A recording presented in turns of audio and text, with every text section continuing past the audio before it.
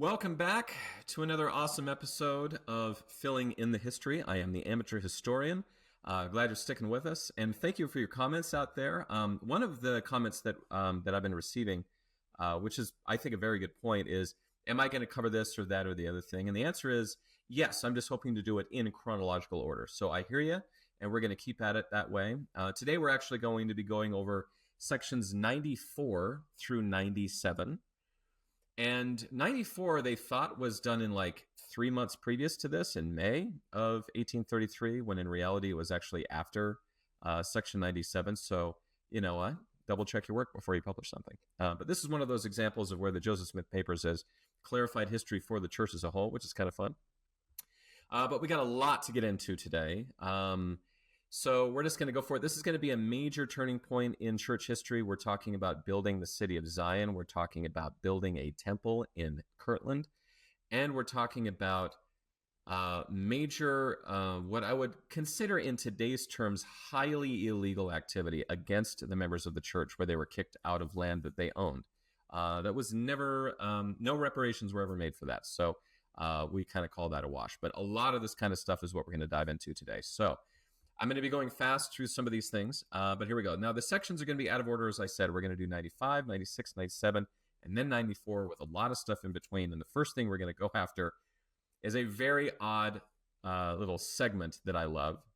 And I will say this, what we're going to be talking about today, which is out of Documents Volume 3, is one of the main reasons why I have always wanted to podcast or do episodes or lecture or teach the Joseph Smith Papers. So you're going to get to one of the main points for me personally of why I did this. And here's one. These are fragments of the plan for the house of the Lord. The handwriting is of Frederick G. Williams on the back of these papers. And what are we looking at? You might look at this and say, these are not temple plans. Well, if you look at it, it's on the back of this papyrus from the book of Abraham. So for those of you who don't know, there are these facsimiles that show up in the book of Abraham. This is the papyrus that actually shows them.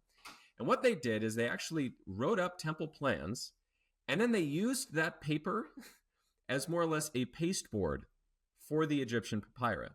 So we get two for the price of one. Now, this is held in the Church History Library. But basically, they took this piece of paper that was big enough, and they pasted the facsimiles of the book of Abraham on top of it. So you can actually see here the original hieroglyphics and the original letters and language on top of, as you can see here, the drawings of the interior of the house of the Lord in Kirtland. So a very, very fascinating thing. When I first did this, I was like, oh, I clicked on the wrong thing. No, that's the way it is. Page 3 is the most obvious. But the sections are, the segments are actually drawn out on the other pages. So even though you may not be able to see them. So a little bit of a source note behind this, which is what's fun. We get this from the source note of Documents Volume 3. It says, the plan of the house of the Lord in Kirtland was cut into irregular sizes to fit, preserve, and protect pieces of the Egyptian papyrus sometime after Joseph Smith acquired the papyrus in July of 1835, about 2 years later, and likely before July of 1840. Sometime before his death, Joseph Smith gave the Egyptian papyrus, as well as the Egyptian mummies he had acquired, to his mother, Lucy Mack Smith. Shortly after Lucy Mack Smith's death, in May of 1856, Emma Smith, her husband Louis C. Bideman, and her son Joseph Smith III sold 4 Egyptian mummies, the papyrus fragments, and other papyrus rolls to Abel Combs. Combs separated the Egyptian artifacts and sold some of the rolls to mummies and some of the fragments to the St. Louis Museum. The St. Louis Museum then sold them to the Chicago Museum, which was later purchased by Joseph H. Wood, who changed the name of the museum to Wood's Museum in Chicago. Take that. Wood's Museum was destroyed by fire in 1871. Combs maintained possession of some of the fragments and possibly the other 2 mummies, which eventually passed to Edward and Alice Hauser. In 1947, the Metropolitan Museum of Art in New York City purchased the papyrus fragments from Edward Hauser. Aziz Y.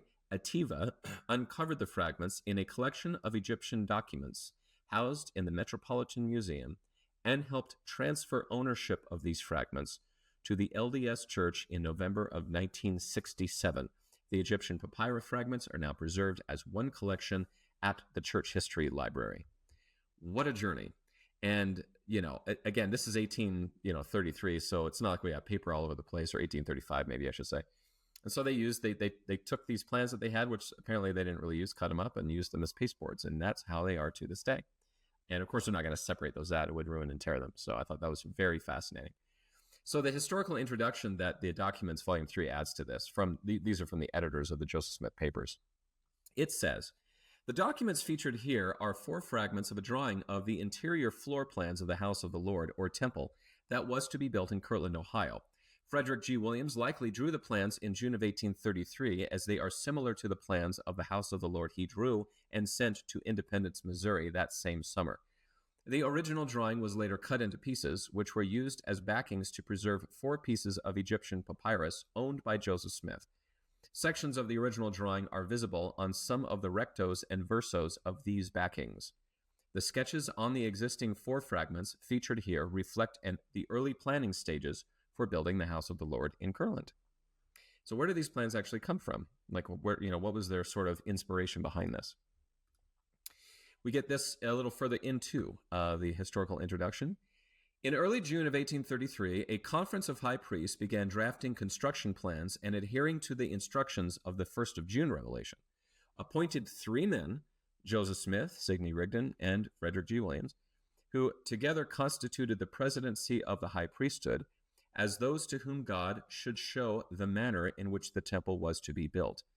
According to a reminiscent account from Truman Angell, shortly after receiving this appointment, the 3 men had a vision in which they were shown, quote, the plan or model of the house to be built, unquote.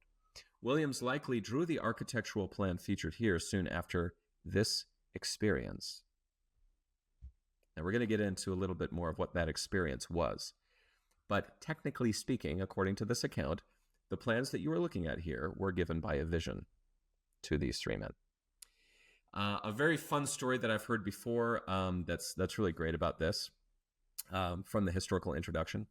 The conference also counseled the committee to proceed immediately to commence building the house or obtaining material, stone, brick, lumber, etc. Hiram Smith recorded in his diary under the date of June 7th, quote, this day commenced making preparation for the building of the house of the Lord, unquote. These preparations included digging trenches for the structure's foundation. To begin excavating for the foundation, the members of the building committee would have needed to know the size of the building. They apparently learned these measurements from the 1st of June revelation, which indicated the building should be 55 feet wide, a measurement that matches the drawing on fragment 2. The committee likely used Williams' drawings, of which the fragments featured here are a part, to begin construction on the house of the Lord in June of 1833. So basically, Hiram Smith heard, like, oh, we're going to build a temple, and here's the dimensions. And he went out there with a shovel and started digging right away. And I just kind of love that story. That's just a guy that's like, let's do it. Don't think about it. Go and do it. We're going to dig it. I love that story. Further into the historical introduction we get, given the instructions and news found in this letter, the Kirtland leaders almost certainly had both interior and exterior drawings of the Kirtland house of the Lord, with sufficient details to support the start of construction before the 25th of June. No known evidence exists of later revisions to the plans, though they were possibly revised as late as August of 1833, when Joseph Smith, Williams, and other Kirtland leaders revised the plans for the Independence house of the Lord. And we're going to be getting to that a little later in this episode. So a footnote for all of this says, by fall of 1833, the trenches for the foundation of the house of the Lord had been dug 4 to 5 feet deep. The stone foundation had been completed, and some girders were in place to support the floor. When Ira Ames arrived in Kirtland around the beginning of October of 1833, he, quote, found the saints had begun to build the temple there. It was raised up to the 1st floor, unquote. Construction in Kirtland temporarily halted in late June and late of 1833 and early 1834 because of a lack of building materials and because of a new priority to gather means to pay off debts and help relieve church members in Jackson County. This was from mob activity. Construction on the house of the Lord in Kirtland resumed in the spring of 1834 and proceeded slowly until its completion in 1836. So Hiram started it, and they kept going. And then they had to stop because they ran out of lumber and stone and so forth. All right, so that is a very interesting thing of like these plans being pasted onto the papyri of the Book of Abraham facsimile. So something you may or may not have known. The next thing we get in the timeline here is some minutes from the 1st of June. And this is a man, and his first name is Doctor. Okay, his name is Dr. Philastus Hurlbut. Was accused of unchristian conduct with the female sex while on a mission to the east. Yikes. His commission was revoked, and he was excommunicated. So there's that. Next item of business on this docket was the dimension or size of the house to be built in Kirtland. Joseph receives a revelation, given the dimensions, and Sidney and Frederick are supposed to draw it out. So Joseph does that. That's in the revelation that we're about to get to.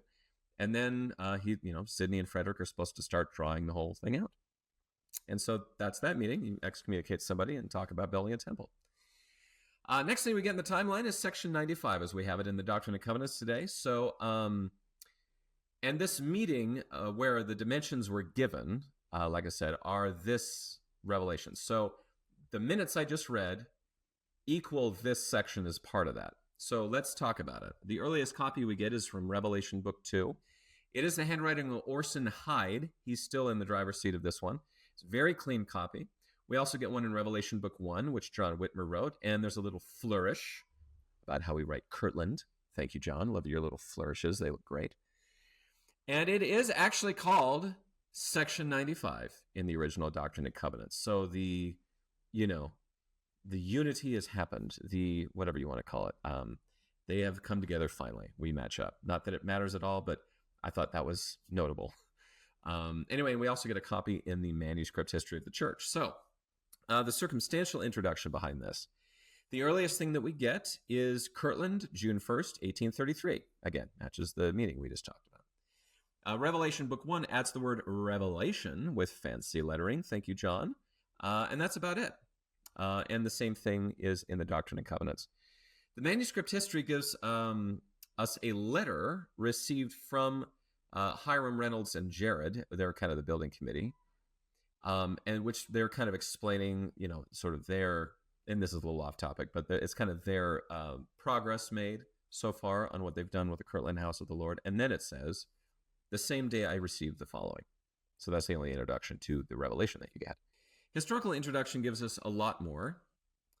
It says, talking about the letter that it got, it says, on the 4th of May, nearly 4 months after Joseph Smith wrote about the urgent need to build the house, a committee was formed to raise funds for the building's construction.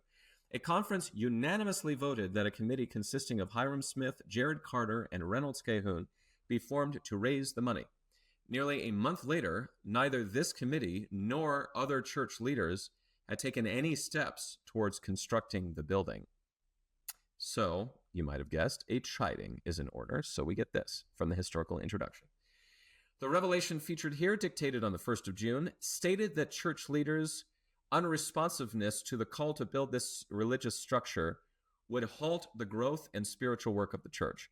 The revelation also specified the building's dimensions and directed the manner in which church members should construct it. Immediately following this revelation, a conference of high priests discussed the revelation and began drafting construction plans. The conference appointed Joseph Smith, Sidney Rigdon, and Frederick G. Williams, the presidency of the high priesthood, to serve as the planning committee, which was responsible for obtaining, quote, a draft or construction of the inner court of the house, unquote. So, further into the historical introduction, we get, likely in response to this revelation, the building committee, which still comprised Hiram Smith, Jared Carter, and Reynolds Cahoon, prepared a circular for the members of the church that same day, writing that they had been officially charged with soliciting subscriptions to establish a fund to build the house. Quote, unless we fulfill this command, viz. Establish an house, they warned, and prepare all things necessary whereby the elders may gather into a school called the School of the Prophets and receive that instruction that the Lord designs they should receive. we may all despair of obtaining the great blessing that God has promised to the faithful of the Church of Christ, unquote. The circular reiterated the promise found on the 2nd of January, 1831, Revelation, a long time ago, that God would endow individuals with, quote, power from on high, unquote, which they could gain from that instruction that the Lord designs in the school of the prophets. The committee encouraged church members to, quote, make every possible exertion to aid temporally as well as spiritually in this great work that the Lord is bringing about and is about to accomplish, unquote.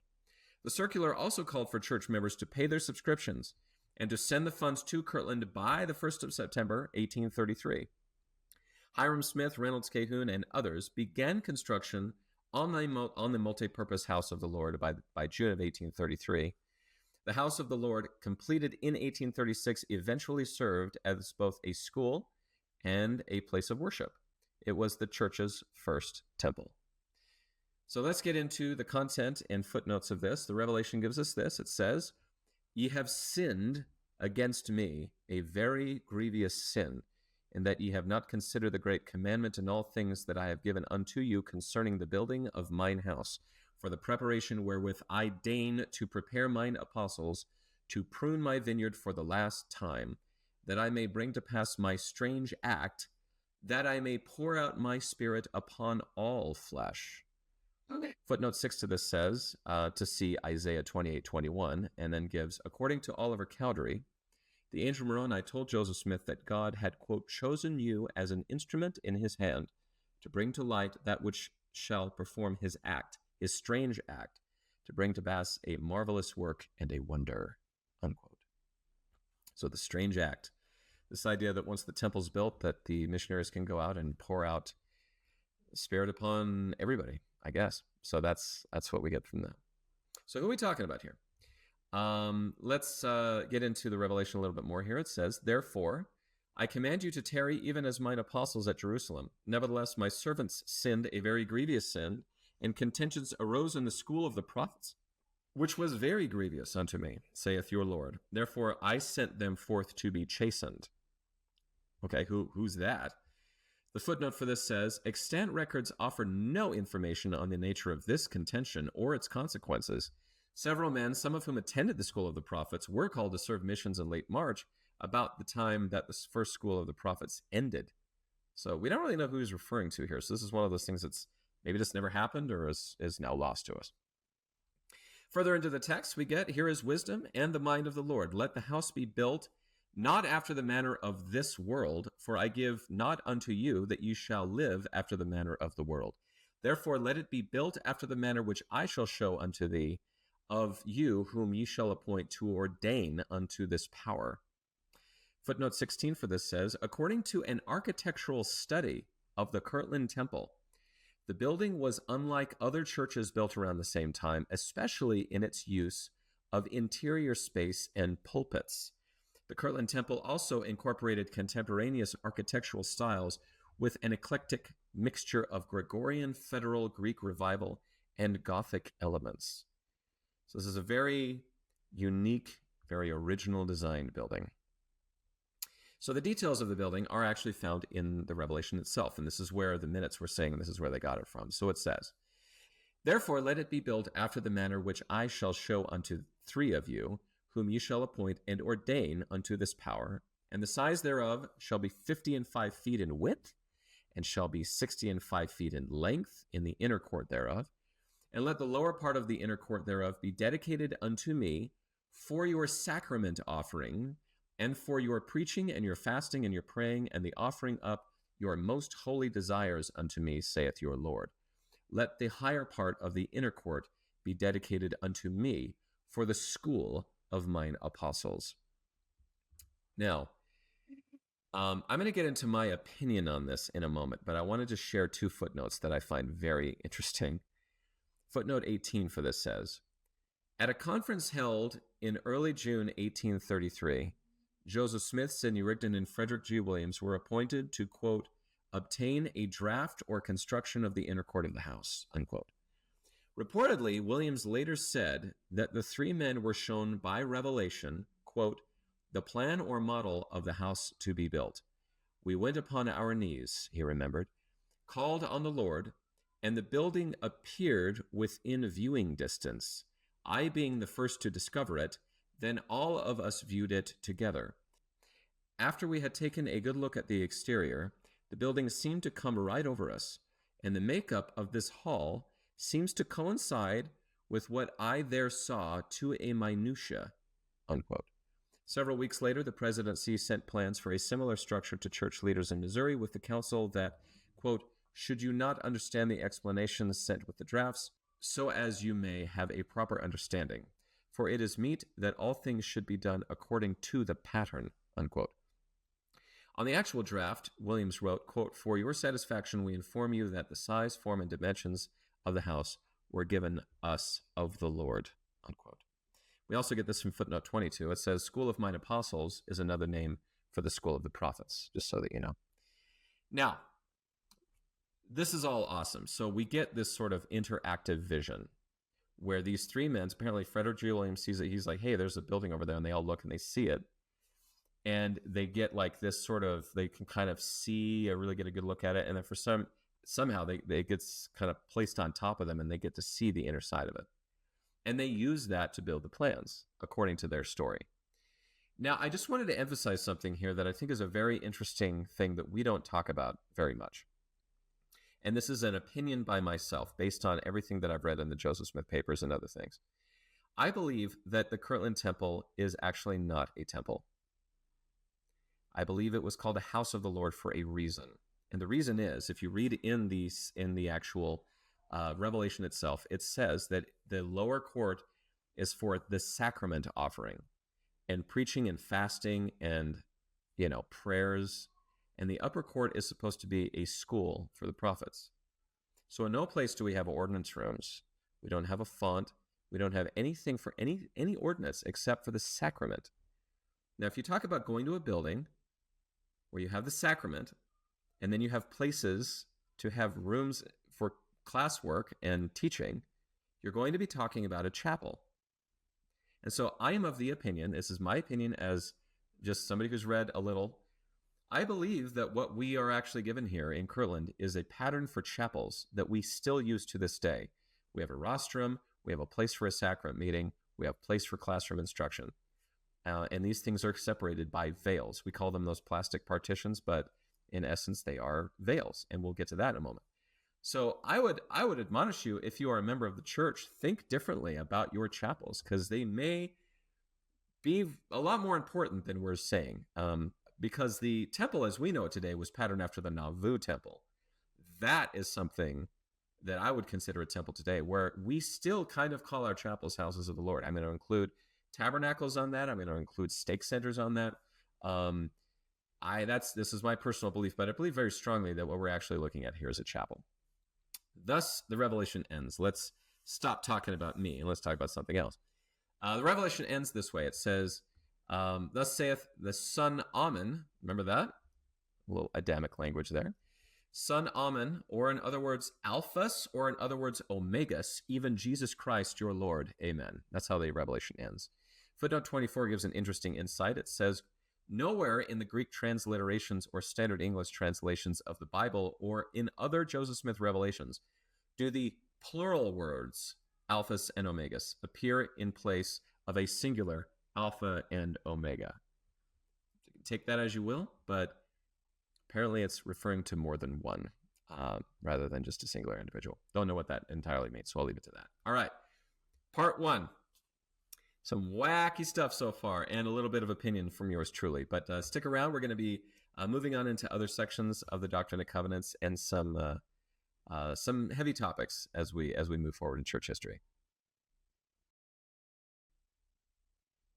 All right, we're going to move on in our adventures here. We're going to get section 96, as well as a plat for Zion, the actual planning of the city. So we have a lot of in-between sections here. Forgive me as I blow through some of this, but we're going to start with the paper's introduction to section 96 itself, as we have it today, and as they had it back then. You'll see in a second.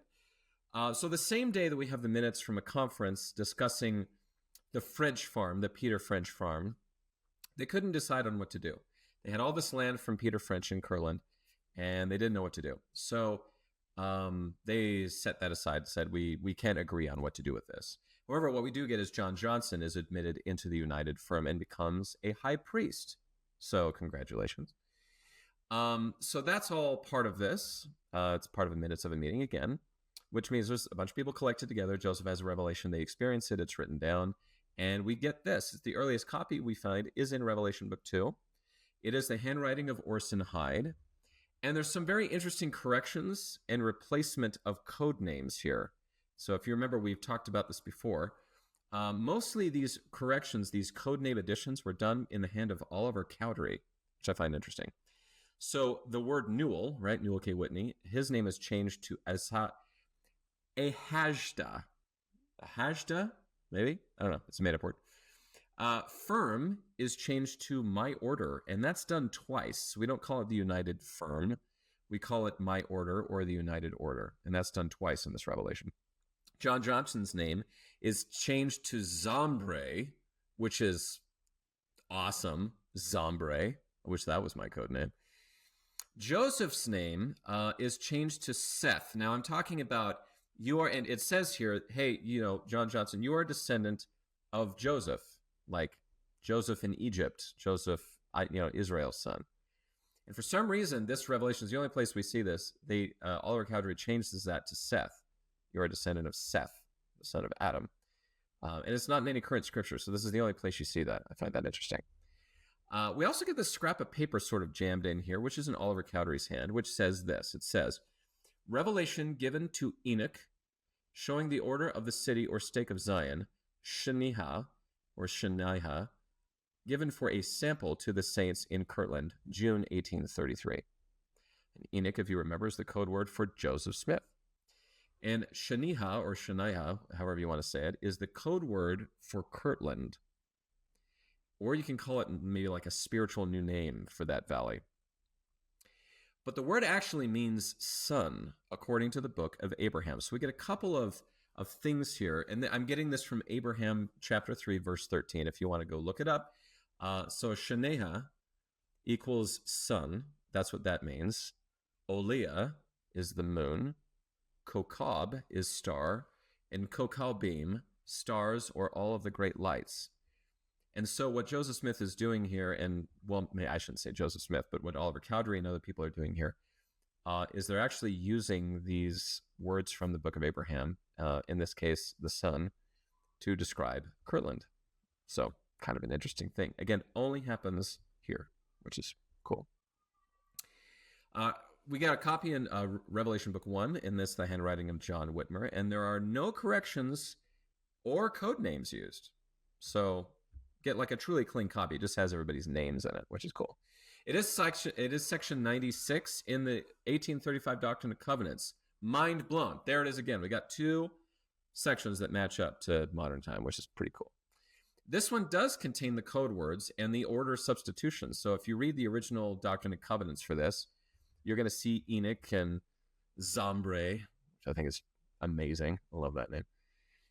And then we get into, and then the manuscript history also has the same thing, excuse me. So a couple of introductions here. The earliest copy simply says, Kirtland, June 4th, 1833. Nothing to it. Revelation Book 1, as per the usual, it just inserts the word revelation at the beginning. That's what you get. The Doctrine and Covenants, though, is very interesting. It says, a revelation to Enoch showing the order of the city or stake of Zion, Shaniha, given for a sample to the saints in Kirtland of June of 1833. So as you can see, Oliver Cowdery stuffed that little piece of paper in there, and it's the same thing as what the Doctrine and Covenants used as its introduction. So we get something more there. Manuscript history gives us this. On the 4th, a similar conference assembled at the same place and took into consideration how the French farm should be disposed of. The conference could not agree who should take charge of it, but all agreed to inquire of the Lord. Accordingly, we received the following. Revelation to Enoch, showing the order of the city or stake of Zion, in Shaneha, given for a sample to the saints in Kirtland, June 1833. So it kind of wraps it all together. And I should say, like, if you ever read, it's we now call it the history of the church, but the manuscript history it actually is really great at consolidating a lot of what's going on. So I will have to hand it to Howard Corey and everybody who was involved in that. They did a very, very good job putting together a pretty legitimate history that we used for many, many years. So, all right. We get a very small change in the current section headings. So the 1981 section heading says, given as an example to the saints in Kirtland, whereas 2013 just says, as an example, whatever. So that's the only thing you get. Given is taken away. That's the major change that we get there from then to now. So a little bit more from the historical introduction. It's actually very short, so I'm just going to read the whole thing. This is from the editors of the Joseph Smith Papers. On the 4th of June, 1833, a meeting of high priests assembled in the translating room at Newell K. Whitney's store in Kirtland, Ohio, to discuss the use and management of the recently acquired Peter French farm. Unable to arrive at a consensus as to who should manage the French property, the high priests agreed to inquire of the Lord about the issue. Joseph Smith subsequently dictated the following revelation during the meeting. The minutes of the 4th June conference indicate that church leaders took immediate action on the instructions given in the revelation. That same day, they formally assigned Newell K. Whitney to manage the French farm and admitted John Johnson to the united firm.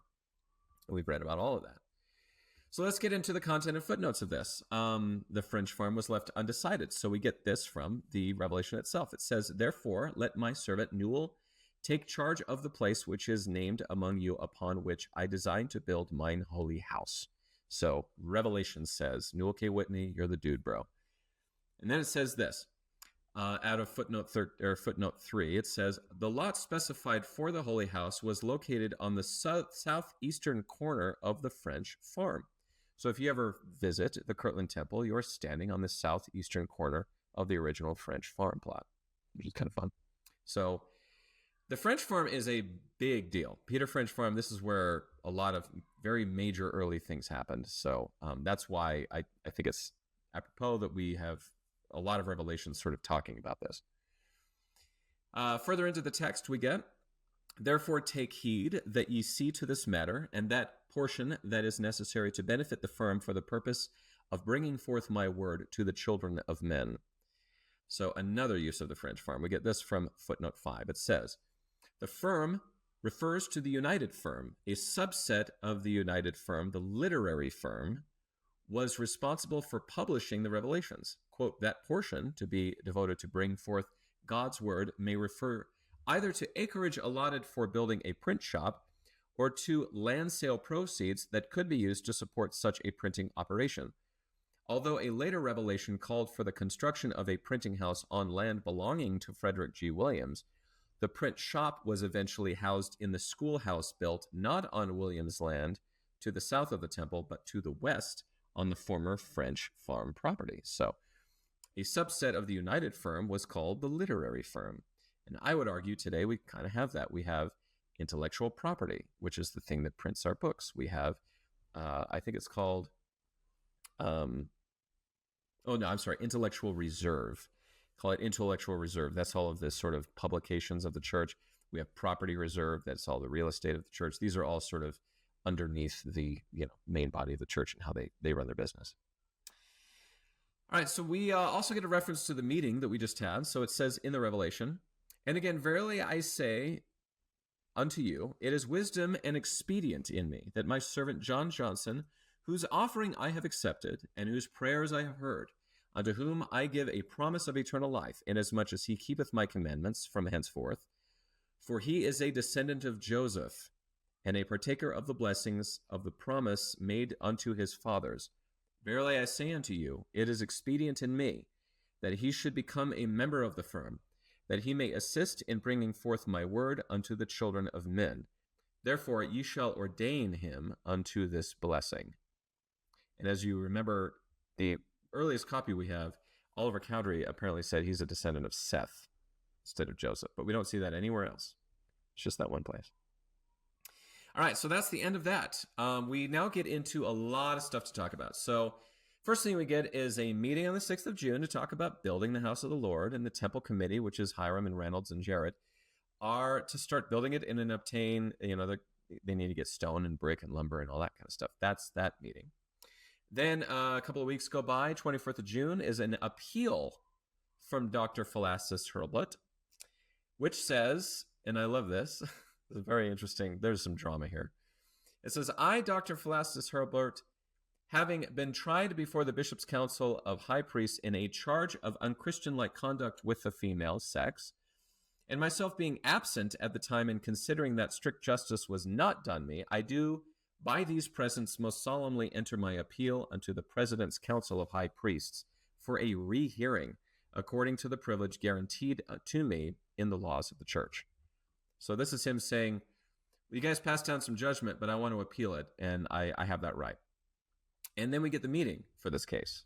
And the testimony is given. The judgment was this from the meeting. I'll just skip to the part where what did they actually decide? It says, quote, this council decided that the Bishop's Council decided correctly before, and that Brother H's crime was sufficient to cut him off from the church.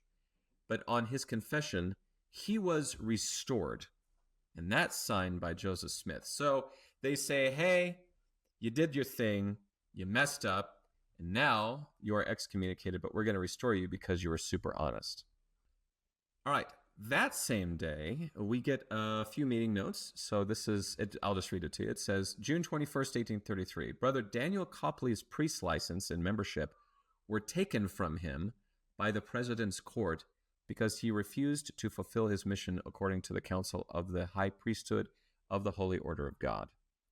So this guy, Daniel Copley, Lehman Copley was his father. He was about 21, goes on a mission, came home too early. Now, I'll just mention this, even though I don't know if it's really worth getting into, but later on, reminiscent accounts said that like he was too weak and that he shouldn't have even been a member of the church, and I feel like that's a little harsh. So those were just sort of personal opinions later on, contemporary personal opinions, but he didn't fulfill his mission, so he came home early. And his priest license was revoked, which basically means you're not going to be preaching anymore out there. But I believe he retained his position as a member. Anyway, the 23rd of June has a meeting, and it says this. So here's the drama part. Brother D.P. Hurlbut's, or Dr. Philastus Hurlbut, case was called in question this day before a general council, and upon the testimony of Brother Gee of Thompson, who testified that Brother D.P.H. said that he had deceived Joseph Smith's God, or the spirit by which he is actuated, etc., etc. The council proceeded to cut him off from the church. There was also corroborating testimony brought against him by Brother Hodges. So I guess those good feelings lasted about 2 days. So Dr. Hurlbut apparently did a thing, lied about it. There were some people who corroborated his story. He was immediately excommunicated. And Dr. Hurlbut, that's his first name again, Mr. Hurlbut, became a very staunch enemy of the church after this, after he got busted here. Most of the negative evidence that you actually have, in fact, most of the content that you get from Mormonism Unveiled actually comes from Mr. Hurlbut.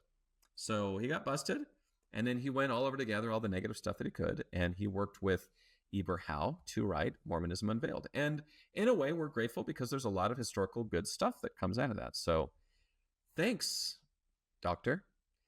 The next thing we get is a very interesting one. This is a gem, one of my favorite gems from the Joseph Smith papers. It is the Plat of the City of Zion. This was made about the 25th of June, 1833. And this is one of the main inspirations for me doing filling in history. So I really hope you enjoy this. I hope I don't blow this. It is in the handwriting of Frederick G. Williams. It is a paper that's 16 and a half inches by 12 3/4 inches. It's pretty big. It's drawn in ink, and then it's also watercolored. And we're going to get into that little gem in a moment. So let's talk about the contents of this thing. I'm going to do the historical introduction afterwards. Lots of plots here. And then in the center, you'll see these 3 colored blocks with numbers inside the middle one and the one on the right. So the two, the center and right ones there. There's text all around the borders of the plat. So you have the drawing in the middle, and then they've written some text around the outside. So here's some items from that text, and further explanations will follow, I promise. It says here, the painted squares in the middle are for public buildings. The one without any figure is for storehouses for the bishop to be devoted to his use. Figure 1 is for temples for the use of the presidency. The circles inside of the square are the places for the temples. You will see it contains 12 figures. 2 is for the temples for the lesser priesthood. It also is to contain 12 temples. The whole square, or plot, is supposed to contain from 15 to 20,000 people. You will therefore see that it will require 24 buildings to supply them with houses to worship, schools, and none of these temples are to be smaller than the one of which we sent you the draft. This temple is to be built in square number marked figure 1, and to be built where the circle is which has a cross on it. So literally the X marks the spot for this. Now I'm going to get into this in a moment. I just wanted you to hear it. So if you heard it in there, just to reiterate this, it's talking about containing multiple temples. I know today we have a Kirtland temple. We have one, but there were supposed to be multiples. So how are they supposed to live in this whole thing? It says here from the document, on the north and south of the plot where the line is drawn is to be laid off for barns, stables, etc., for the use of the city, so that no barns or stables will be in the city, among the houses. The ground to be occupied for these must be laid off according to wisdom. On the north and south are to be laid off the farms for the agricultural, a sufficient quantity of land to supply the whole plot, and if it cannot be laid off without going too great a distance from the city, there must also be laid off on the east and west where this square is, thus laid off, and supplied lay off another in the same way, and so fill up the world in these last days, and let every man live in the city, or this is the city of Zion. So basically, they're going to just, so you have where you live on the inside, and then you have some ground on the outside of it, and then you're supposed to build another one and put ground on the outside of that, and apparently just build the entire earth this way. Talk about ambitious. There's not even 100,000 people that are members of the church yet.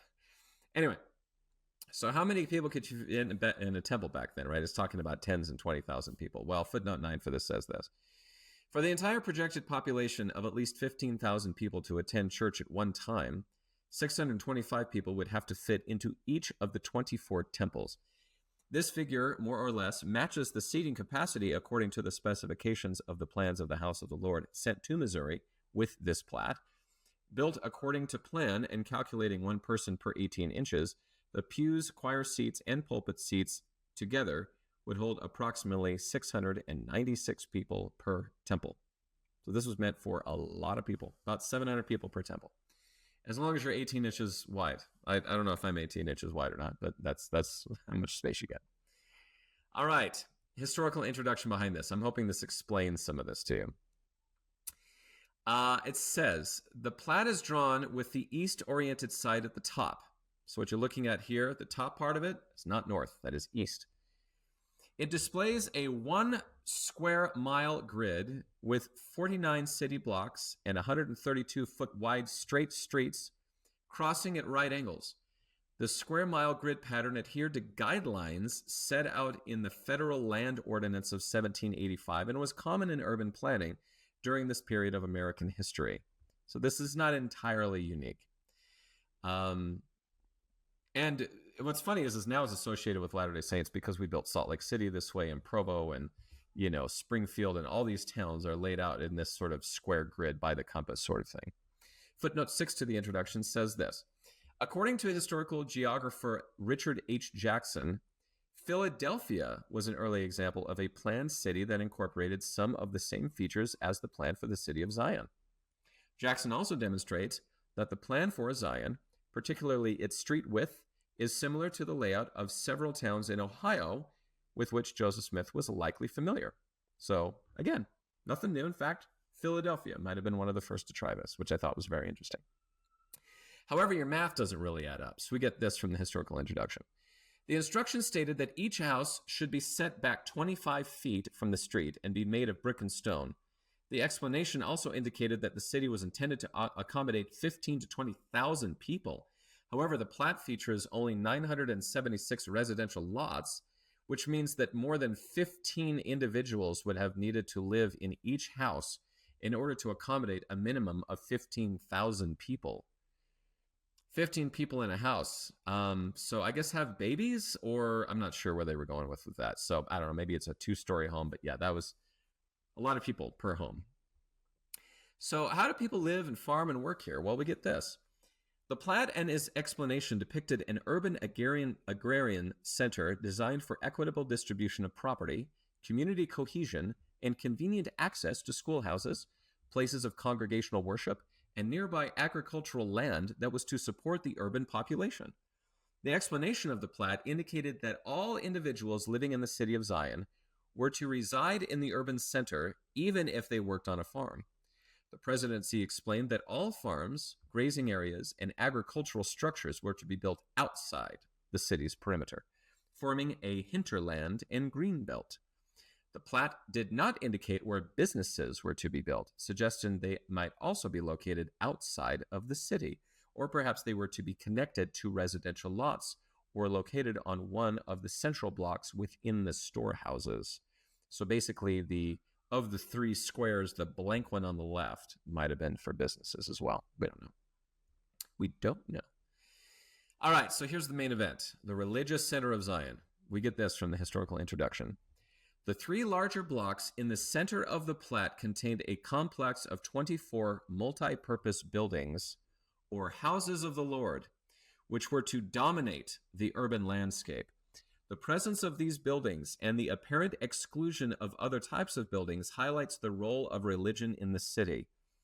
Though these houses, or temples, may have been intended to serve as locations where people could perform the municipal functions of law and order, the names given in the explanation of the city Platt for these 24 buildings reflect the priesthood structure of the church.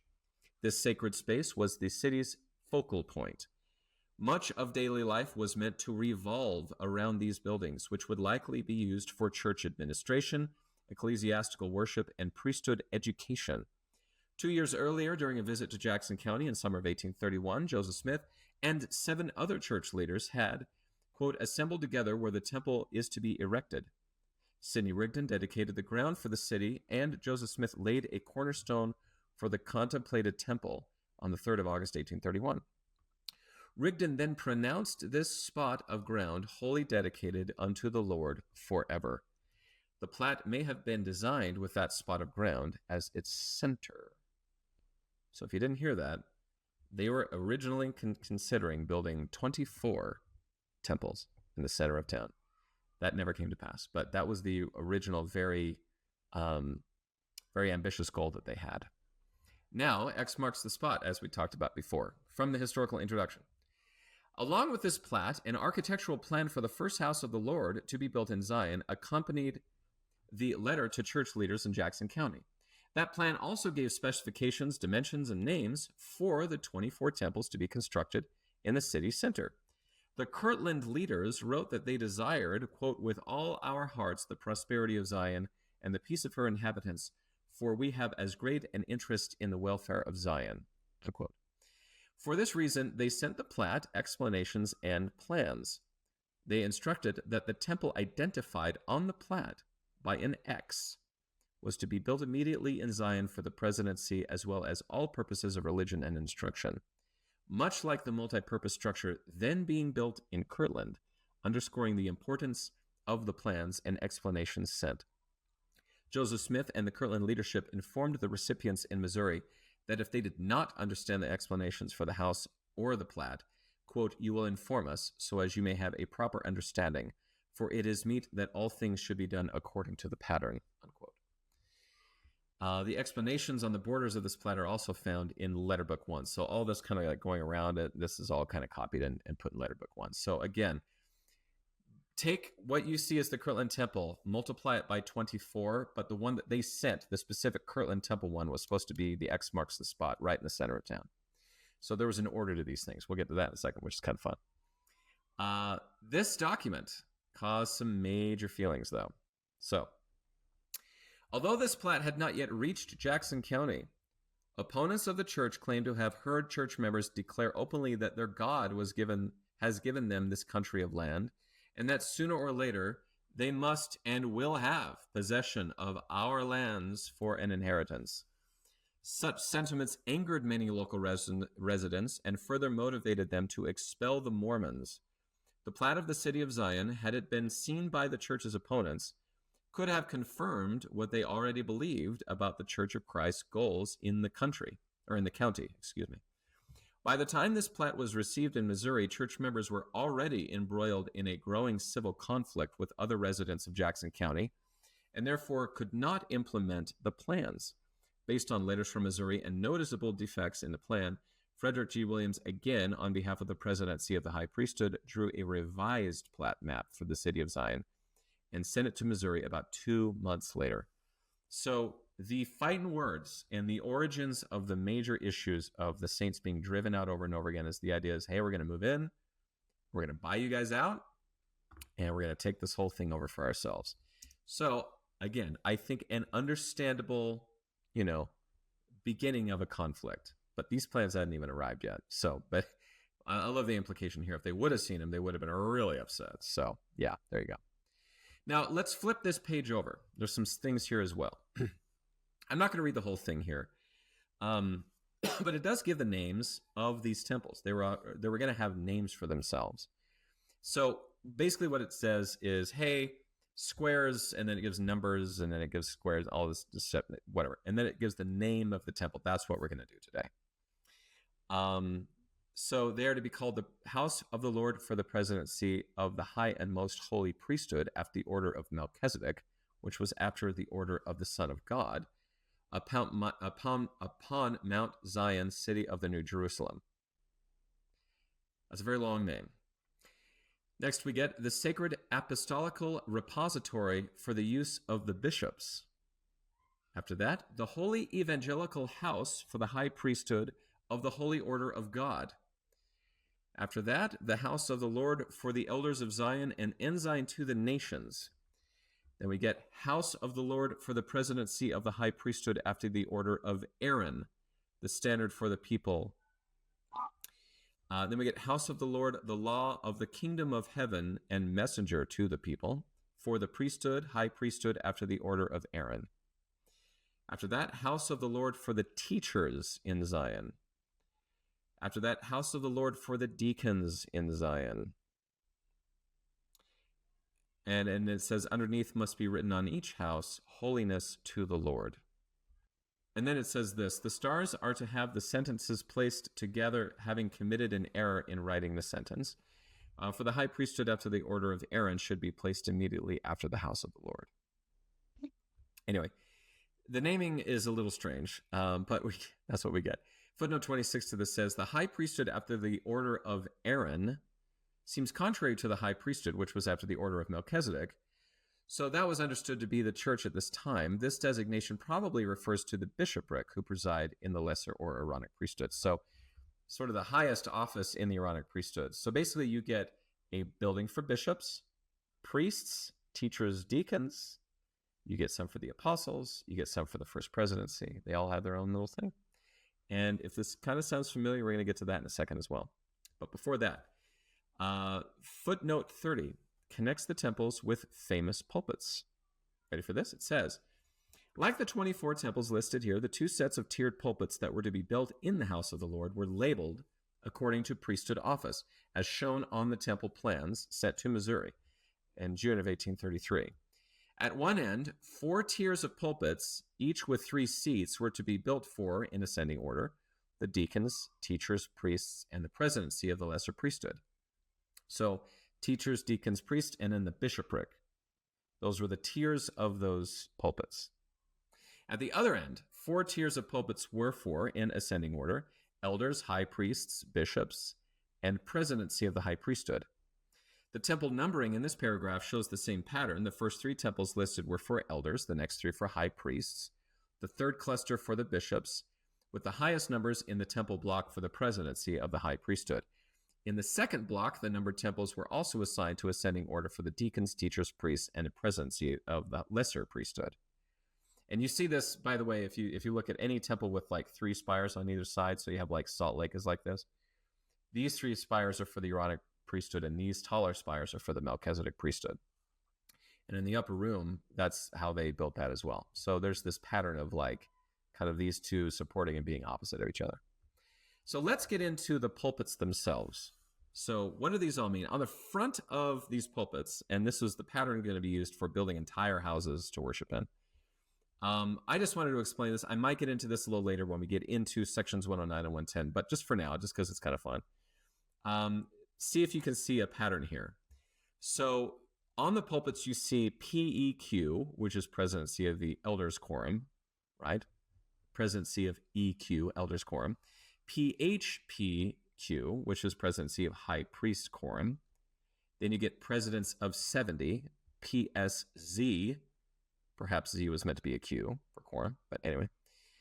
PMPH, presidency of Melchizedek high priest, right? And then if you go to the other side, you see PDQ, president deacons quorum, PTQ, teachers quorum, PPQ, priest quorum, and PAP, presidency of Aaronic priesthood. And that, my friends, is a lot of detail, but that is one of my gems from the Joseph Smith papers. I had no idea when I first read these things that when they built the city, they were going to build temples, individual houses of the Lord that matched the pulpits.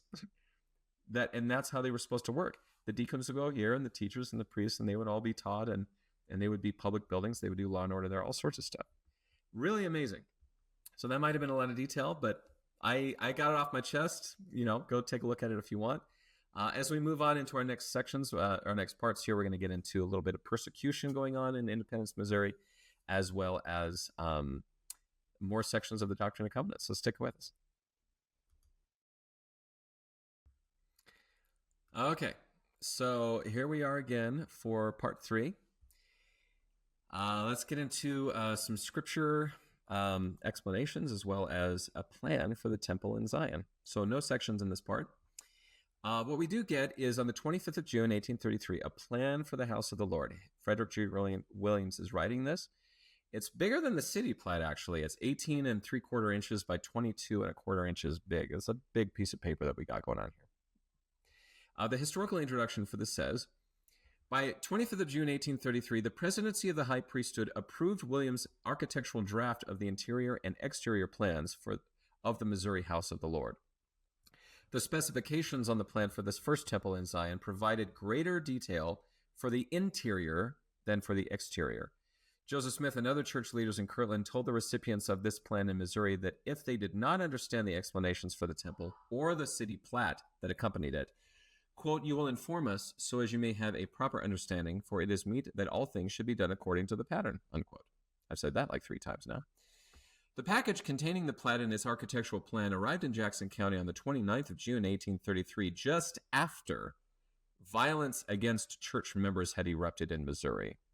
So that means this never came to being. So further into the historical introduction, church leaders in Kirtland later realized that the plat and plan were drawn in great haste and that they included some errors. Thus, several weeks after Williams drew up the new set of plans, accompanied by slightly modified instructions, and sent them to Missouri. Those plans likely arrived in Missouri in late September 1833. The plans to build any of the proposed houses of the Lord in Independence were never realized because of the growing conflict between church members and other residents of Jackson County. Something that was very interesting for this as part of this house of the Lord, and this goes back to my theory that these houses are actually more like chapels today. The plans in the margin says this. It says, the 2 lines drawn through the middle are 4 inches apart, for which a curtain is to drop at right angles and divide the house into 4 parts if necessary. So footnote 6 for this says, in other words, the central block of pews was to have a 4-inch gap dividing it lengthwise into 2 equal parts. In addition, the central and lateral blocks were to be divided widthwise by another 4-inch gap. These gaps allowed curtains or veils to be unrolled from the ceiling and pass to the floor, thereby quartering the congregational area. Although this feature seems unusual, a, quote, movable partition down the middle of the auditorium, unquote, that could be used to separate the audience into 2 groups was a common feature in contemporary Quaker meeting houses.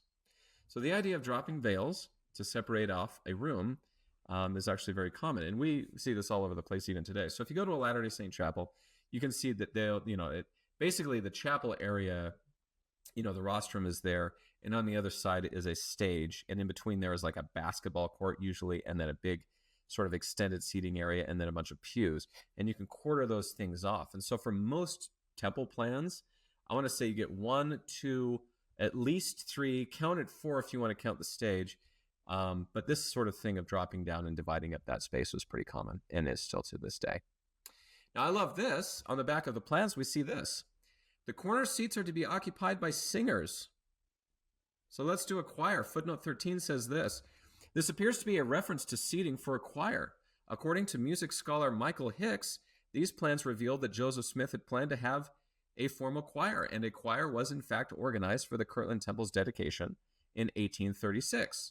Now, this is not the Mormon Tabernacle or the Tabernacle at Temple Square, but its humble beginnings, I would surmise, which is kind of fun.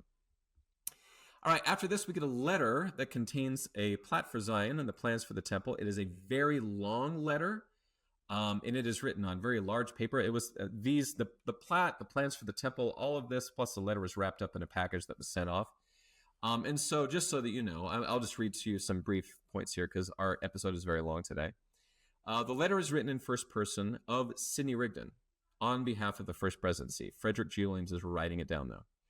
The letter contains instructions on the plat and plans with explanations for both, but the letter also gives updates on persons ordained, subscription details for people, buying the paper, and instructions on living the law of consecration, among some other things. So that's the letter. I'm just going to blow through that. After that, we get a very interesting one. I'm going to take you back to many episodes ago. But we get a deed to Joseph McCune Jr. This is on the 28th of June. If you remember, this is the home and land that Joseph Smith and Emma never really got to live in Harmony, Pennsylvania. They bought it, and then they kind of left right after it. And this is when they sold it to Mr. McCune. And by the way, he bought it for $300, paying $1.81 for taxes and fees. So that was the end of that. So that's how long it's been that Joseph and Emma owned that home, but never got to use it because they were scattered all over the place. And considering that Emma was more or less homeless when she had land and a home back in Pennsylvania, I think was really hard. So just wanted to point that out. That was the deed that sold that house. All right, then we get, after that, a letter to church leaders in Jackson County. This is on the 2nd of July. It reports that Vienna Jaques has arrived safely in Missouri, which is nice. Joseph Smith instructs them to publish the Book of Commandments. I was about to say publicate, and maybe that is a word, but we're going to publish the Book of Commandments. There's also a lot of advice about speaking in tongues and about how that can be taken the wrong way, and it needs to be done in order, and let's not get too carried away with it, because that was something they wanted to be a part of too, because I think they had heard of these minutes of meetings, the things that were happening at Kirtland. They wanted to be a part of that because there was a School of the Prophets in Independence, in Zion. This same day, however, we also get that Joseph Smith finished his revision of the Old Testament. So from the historical introduction, we get this. It is unclear whether church members in Missouri ever received this letter. Depending on a variety of factors, letters sent between Kirtland and Independence could take anywhere from 10 days to a month to deliver. If the letter was mailed as intended on July 3rd, it could have arrived in Independence as early as the 13th of July. If it traveled more slowly, however, it may have been lost in the confusion attending the mob violence that took place on the 20th and 23rd of July in Independence. So the mob may have stopped the letter from actually seeing it. But basically what we get here, Vienna Jaques gets to Missouri, Book of Commandments is underway, and the Old Testament revision is finished. So a pretty big day. 2nd of July, 1833.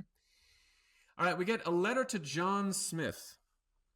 And this is some interesting stuff here. I'll just read it off to you. It says, Brother John Smith, this is the letter. I'll just read it off to you.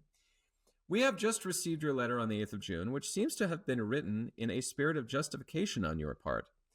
You well recollect that previous to your leaving this place, you was tried before the bishop's court, which found you guilty of misdemeanor, and decided that you should no longer retain your authority in the church, all of which we approve as presidents of the high priesthood sanction. You named something in your letter that took place at Brother Alney's, which is Oliver Alney's, in Shalersville on the 27th and 28th. of August, which we perfectly agree, recollect, and had you made such confession as you was required to it chip away, all things would have worked together for your good. And as I told you, but you did not manifest that degree of humility to the brethren that was required, but remain obstinate. For that reason, God withdrew his spirit from you and left you in the darkness. Darkness in your letter may, you say, may many hard things against the brethren, especially Father Smith, Brother Reynolds Cahoon, and the bishop, etc. All which we highly disapprove. It seems also that your son Eden is confederate with you and needs to repent together with yourself in all humility before the Lord, or you must expect to be dealt with agreeable to the laws of the church. We say you are no more than a private church member in the church. Joseph Smith Jr., President Frederick G. Williams. So let's clarify this just a little bit.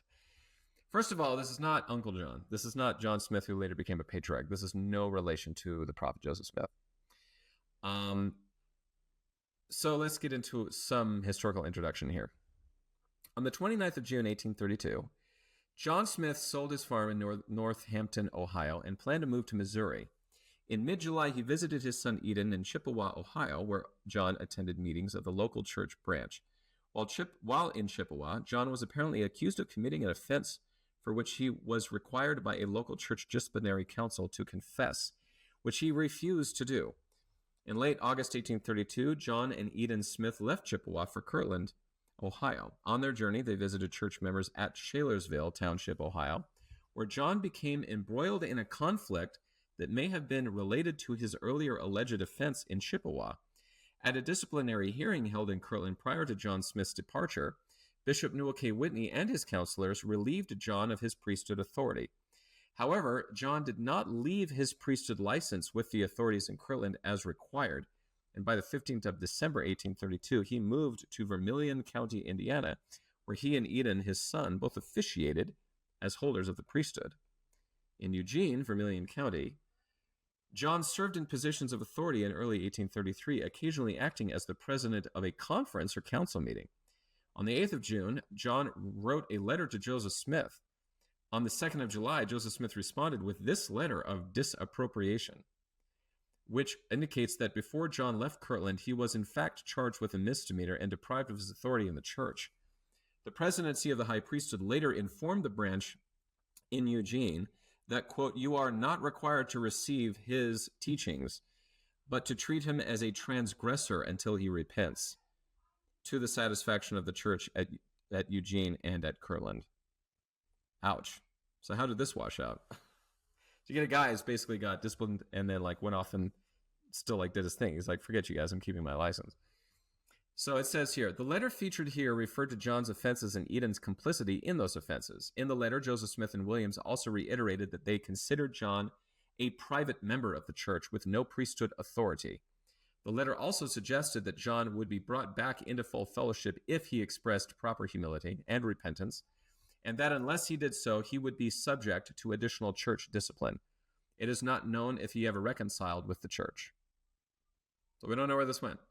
So all that off, and we don't even know where it went. All right. Same day, very busy day. We get a letter to the leaders in Eugene, Indiana. The letter is instructions of the branch of the church letting them know the situation. The branch called a council and chose to excommunicate the Smiths. Not the Smiths, not like Emma and Joseph, but John and Eden were excommunicated, apparently. That's all we get. Then we get a couple of days later, into July 13th, James Lakes wants to go to Zion, and the council says no, stay in Ohio. So that was that meeting. We get something called a classification of scriptures. And this is kind of a weird one. It's a collection of scriptural references based on a topic, a lot like a handwritten index. This is a collection that was put together by the Joseph Smith papers of 7 pages that were over 3 bound books. So here's one example. One of the indexes says that these are related to repentance. So maybe call this an early topical guide, but not a whole lot to say here unless you want me to go through all these scripture references, but not a lot to say. So that's part 3 that we have here. And our next part, we're going to go into sections 97 and 94, which were actually given on the same day. and in my opinion, might have even been considered one revelation at one point, or could have been. So stick around for our final part of this episode.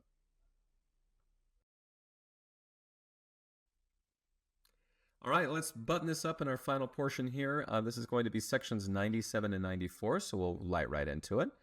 The first thing that we actually get is a letter from John Whitmer. This is found in Letter Book 2, and it's the handwriting of James Mulholland.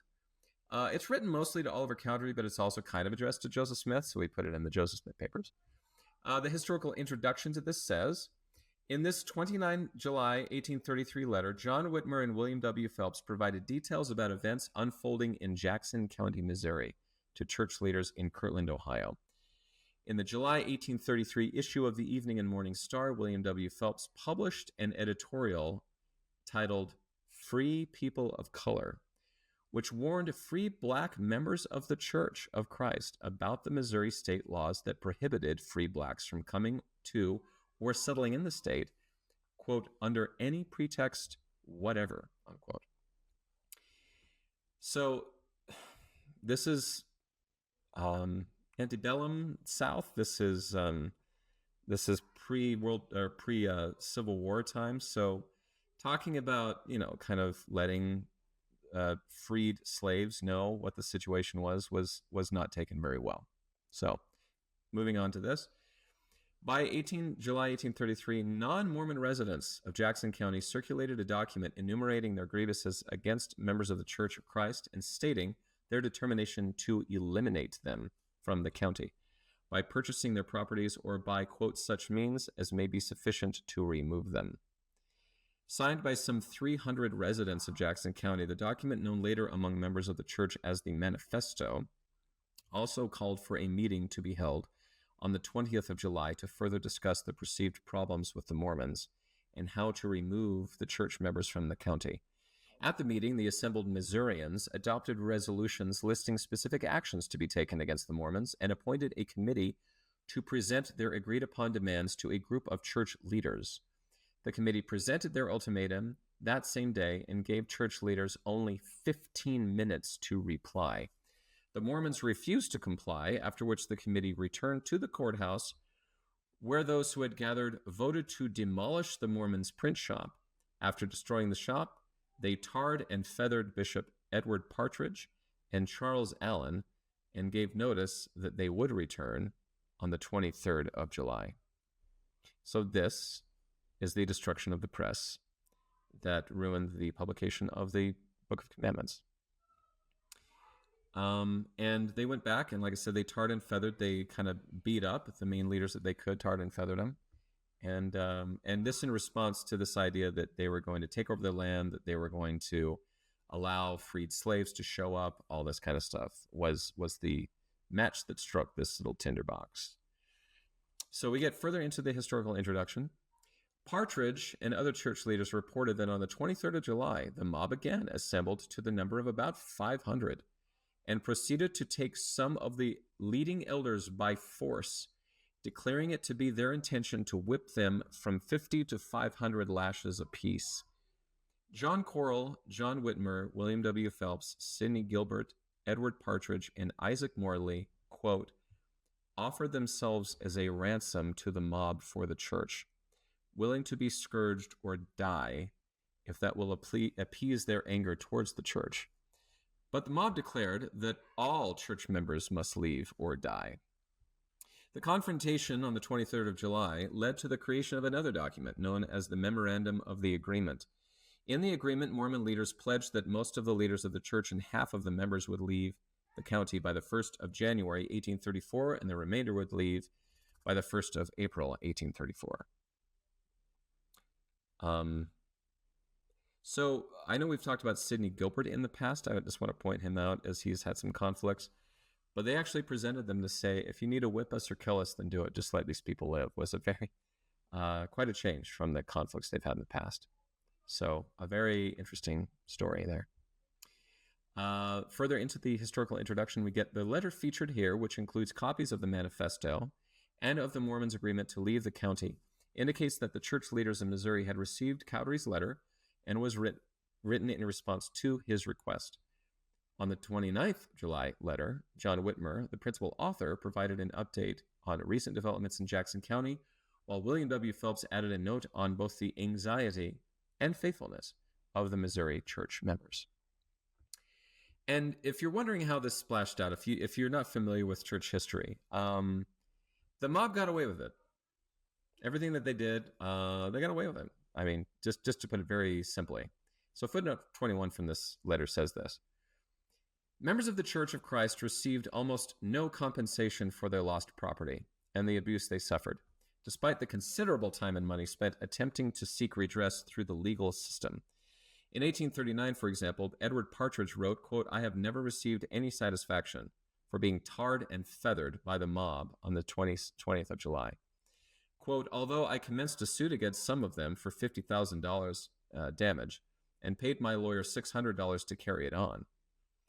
As bishop in charge of administering inheritance to church members, Partridge also held title to 2,136 acres of land in the county, along with 2 lots in Independence, but he received no compensation for the loss of his property."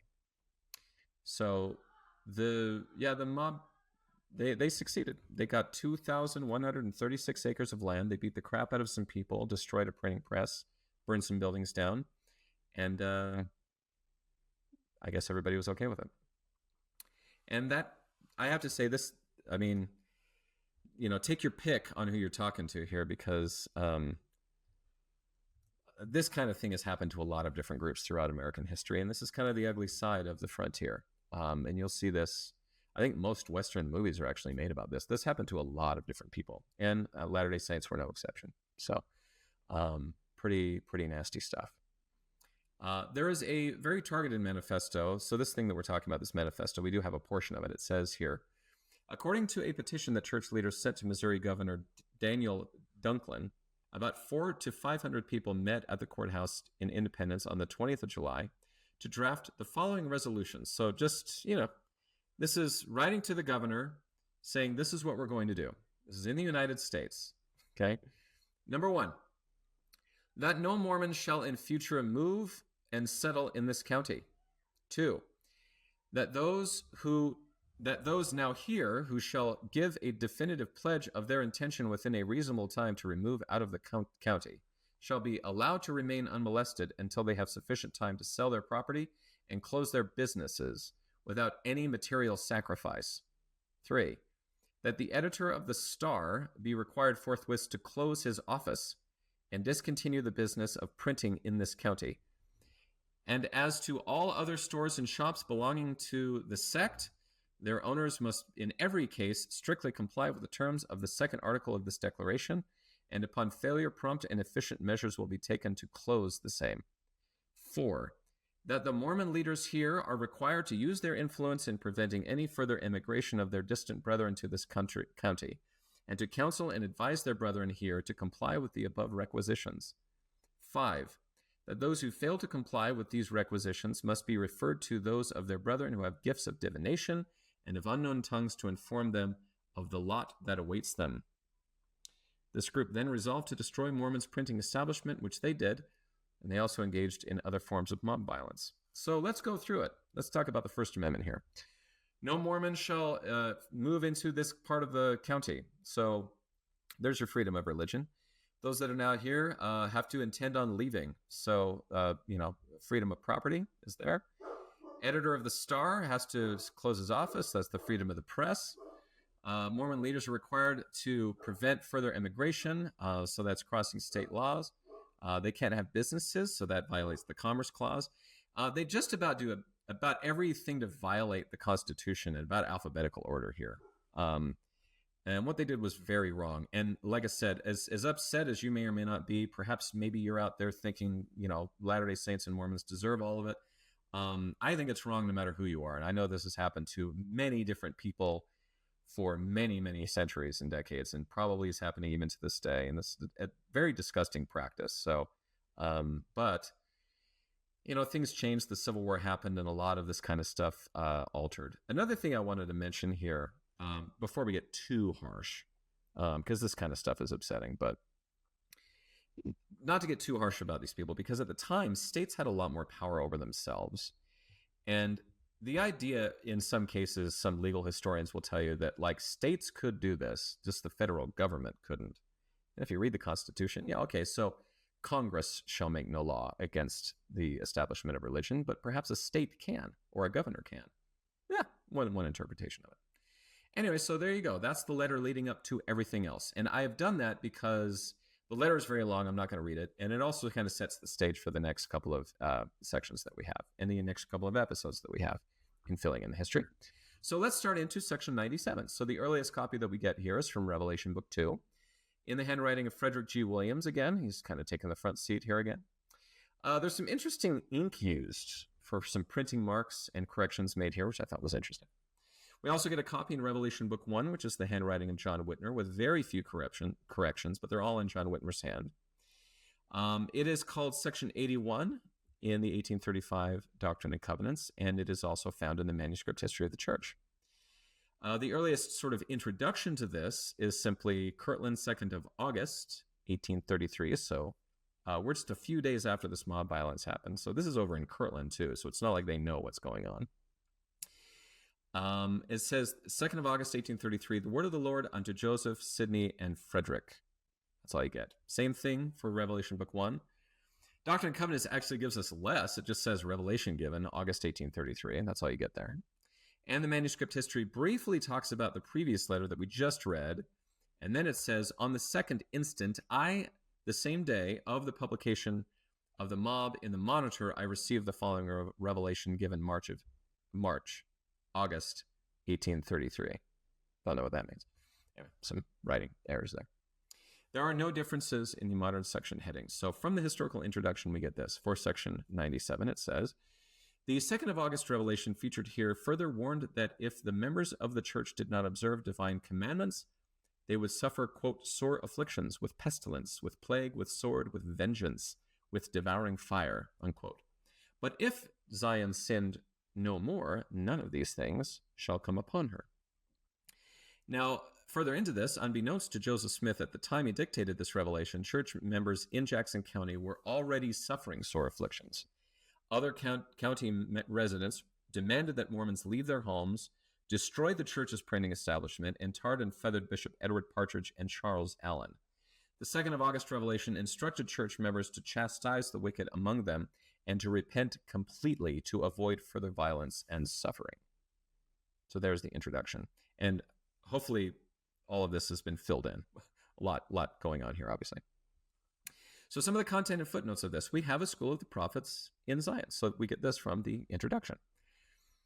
Or from the text, from the actual revelation. It says, I, the Lord, am well pleased that there should be a school in Zion, and also with my servant Parley.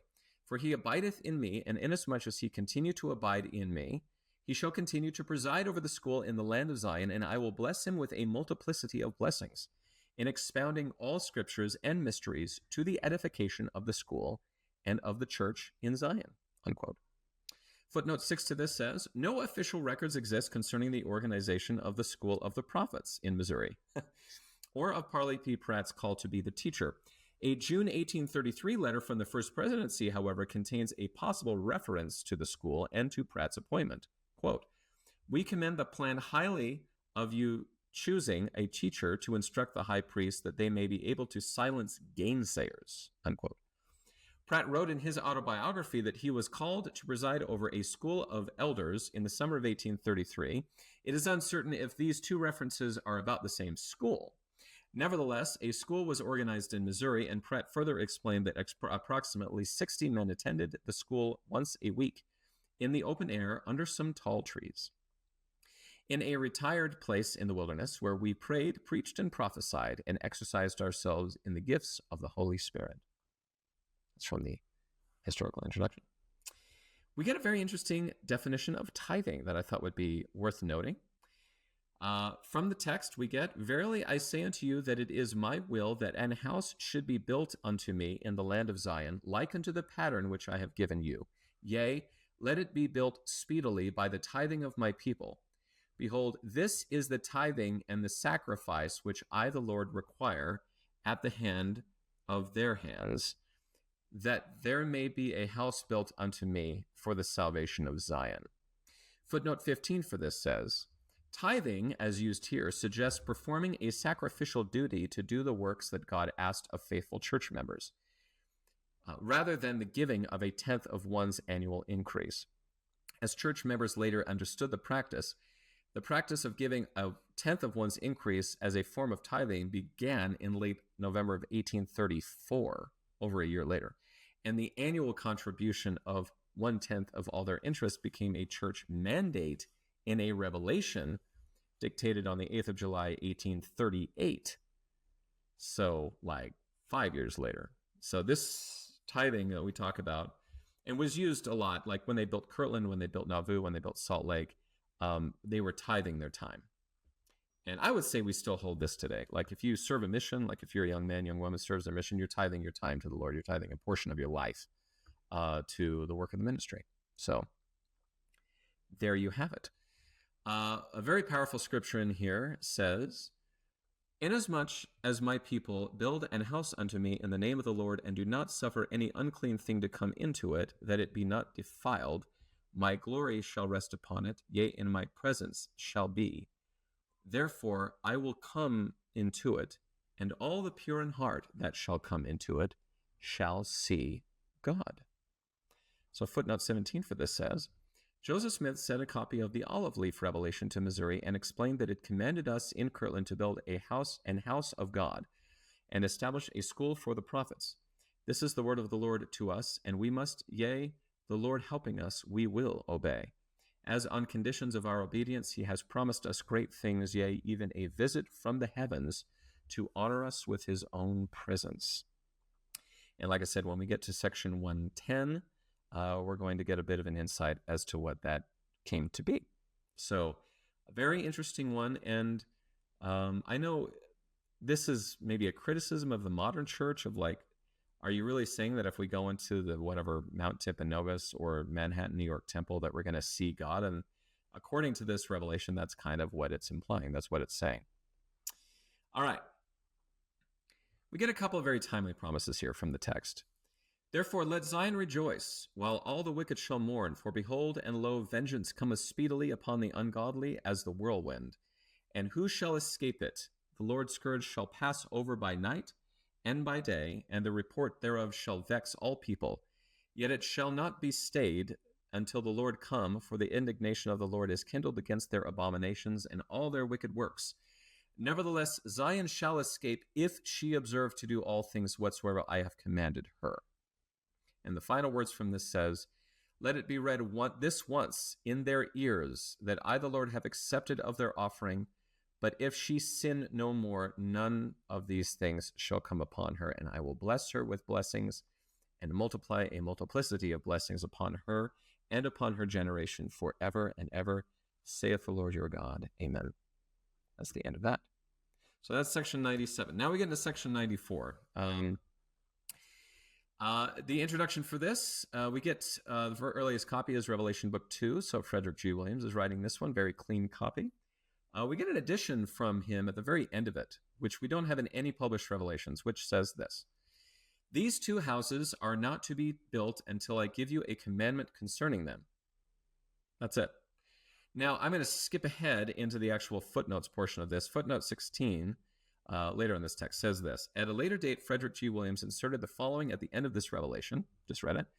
The copy in the 6th of August, 1833 letter does not include this sentence. The inclusion of this sentence may have reflected the need to avoid diverting scarce resources away from the construction of the Kirtland Temple until it was complete. The presidency made this prioritization clear in their comments about the revelation in the 6th of August 1833 letter. The two last mentioned houses are to be built as soon as the other, as means can be obtained so to do. So that's the only place you see it. We get another copy in a letter to church leaders, which was sent in a packet in August. Frederick G. Williams wrote this one, and it has the signatures of Sidney Rigdon, Joseph Smith, and Frederick G. Williams on it. We get a copy in Revelation Book 1, and it kind of suggests that it could have been merged into 97. It shows up at the end with no intro, and it's one of these, a blah, blah, blah, amen. And then again, verily I say unto you, etc. That sort of situation is what we get. So I'm of the opinion that it could have very easily been merged together with Section 97. And it's the handwriting of John Whitmer. It is Section 83 in the original Doctrine and Covenants, and a copy, as always, is in the manuscript history of the church. Those are the contemporary versions. So let's get into some introductions here. Revelation Book 2 simply says Kirtland, 2nd of August, 1833. Revelation Book 1 has no intro. And the big letter has also no introduction. So it's just kind of there. The Doctrine and Covenants says Revelation given the same date. And this is where the problem is. Why is 94 way before everything else? Well, here's why. The previous section to this is Section 93, which it says was given 3 months earlier in May, which we now know is incorrect. And that's what you actually get out of the 1981 section heading. So the manuscript history gives the same heading as 1835 Doctrine and Covenants. So skipping ahead, in the 1981 version of the Doctrine and Covenants, it says that this was given on May 6th. The 2013 one says May 2nd, or August 2nd, I'm sorry. It was given on August 2nd. So there was a clerical error here, which we'll get into, where they just kind of wrote down the wrong date. And it stayed from that day, from 1835 to 2013. That's a long time. So check your work before you publish something. Historical introduction for this says, 4 days after Joseph Smith dictated this revelation, the presidency copied it, along with 2 other recent revelations, into a letter they sent to Missouri. The revelation, the presidency stated, quote, is also binding on you, that is, you at Zion have to build 2 houses, as well as the one which we have sent the pattern, unquote. In other words, they instructed that following the construction of the House of the Lord in Independence, the Missouri church members should build an administrative house for church business and one for their printing establishment, quote, as soon as means can be obtained to do so. These plans, however, were disrupted by events that had already begun to unfold in Jackson County in late July 1833, unbeknownst to the presidency in Kirtland. Opponents to the church had raised the church's independence printing office, threatened local leaders, and forced them to sign an agreement that they and their fellow religionists would leave Jackson County. Amid escalating tension, violent encounters drove the Mormons from the county in November of 1833. And that was kind of the last time we were there. Further into this, meanwhile, in the fall of 1833, members of the church in Kirtland were having their own difficulties fulfilling the commandment to build the house of the Lord. And construction of Kirtland temporarily halted because of lack of building materials and the new priority to provide relief to church members in Jackson County. Completing the Kirtland House of the Lord consumed most of the church's available resources for the next few years.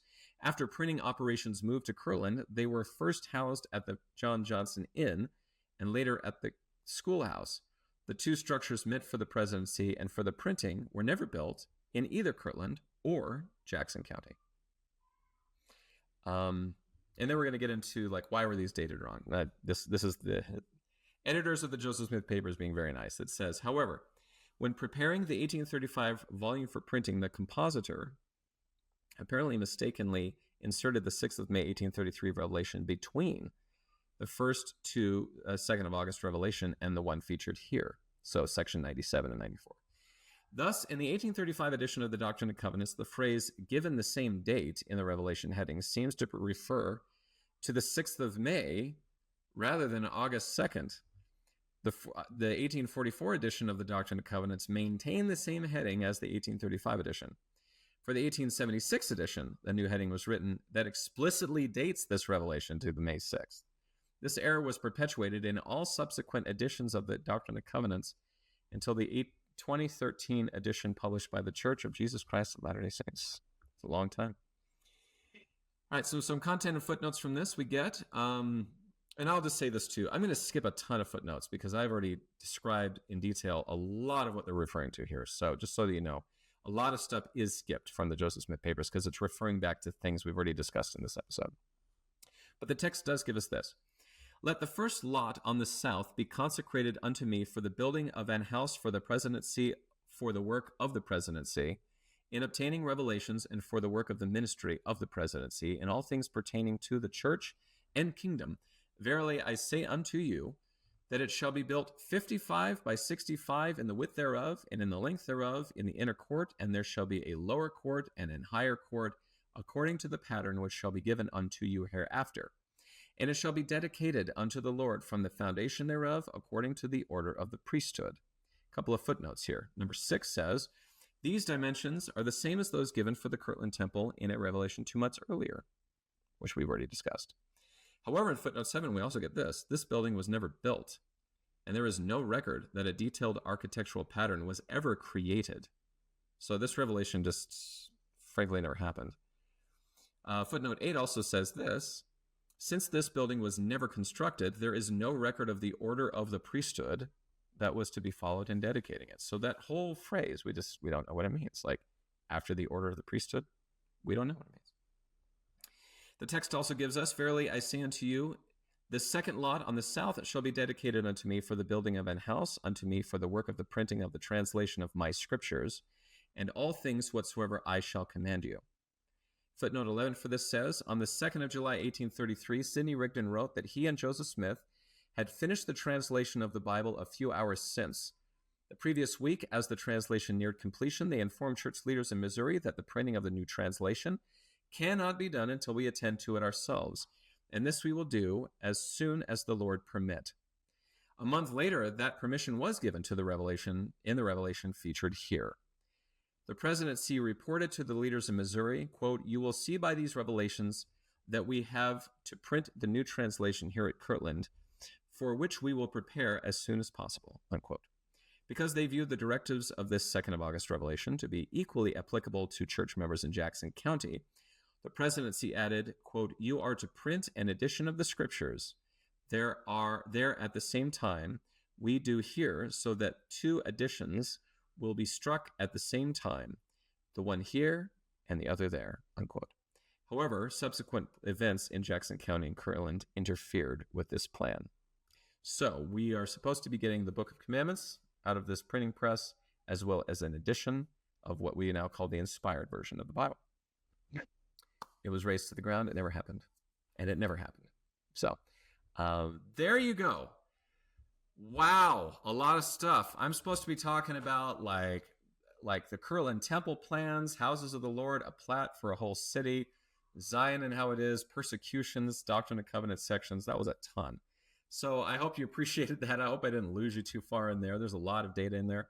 But yeah, I'm glad you're sticking with us. Any comments? I really appreciate it. And this is the amateur historian once again signing off and saying, check your work before you print it. Check yourself before you wreck yourself, I guess. Have a good week.